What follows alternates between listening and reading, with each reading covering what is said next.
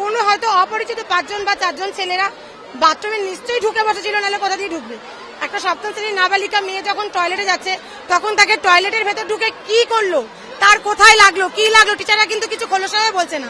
আর হসপিটালের ও যখন দৌড়ে এসে টিচারদের বলেছে, টিচাররা ফার্স্ট এড করেছে ওকে। ফার্স্ট এড করাবার যখন বাবা মাকে খবর দিয়েছে, হসপিটালে নিয়ে গেছে, তার সেই মেয়ের বাবার বক্তব্য যে তাদের সাথে কোঅপারেটিভ করেনি, হসপিটালে তারা যায়নি।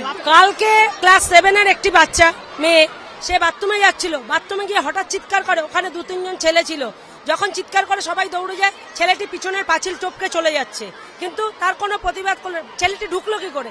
ওইটুকু পাঁচিল থাকবে কেন? আজকে একটা মেয়েদের স্কুলে যেই পাঁচিল সেটা আমিও টপকাতে পারবো, এমন পাঁচিল আছে। টিচার বলছে যে, এবং তাদের এতটাই গাফিলতি, তারা বলছে তাকে আমরা মেয়ের মতো দেখি, কিন্তু মেয়েটিকে যখন তার বাবা মা হাসপাতালে নিয়ে যায়, স্কুল থেকে একটা টিচার বা একটা স্কুলের লোক যায়নি তার সাথে হাসপাতালে, যায়নি এবং খোঁজও নেয়নি যে মেয়েটি কেমন আছে। তাহলে আজকে ওনার মেয়ের হয়েছে, কালকে তো আমার মেয়ের হবে। গার্জিয়ান প্রতিনিধিরা আসুন, আমরা চাইছি বেশি সংখ্যক মহিলা প্রতিনিধি আসুন, কারণ এটা মহিলা স্কুল, তো এখানে মেয়েরা যখন এসে কথা বলছে তখন বুঝতেই পারছেন মেয়েরা খুব নানা রকম ভাবে ওরা কষ্ট পাচ্ছে বলে ওরা চলে এসেছে। সেইখানে আমরা চাইছি একটু মেয়েরা আসুক, তাহলে ফ্রিলি মেয়েরা কথাবার্তাগুলো বলতে পারে। আর যে কজন আমরা এখন বসবো, আপনারা কি চাইছেন, মানে গার্জিয়ানরা কি চাইছেন তারা একটা লিখুন, আমরা একটা টেবিলে বসি, ম্যানেজিং কমিটির লোকরা সকলে মিলে বসে আমরা ঠিক করবো কি করবো।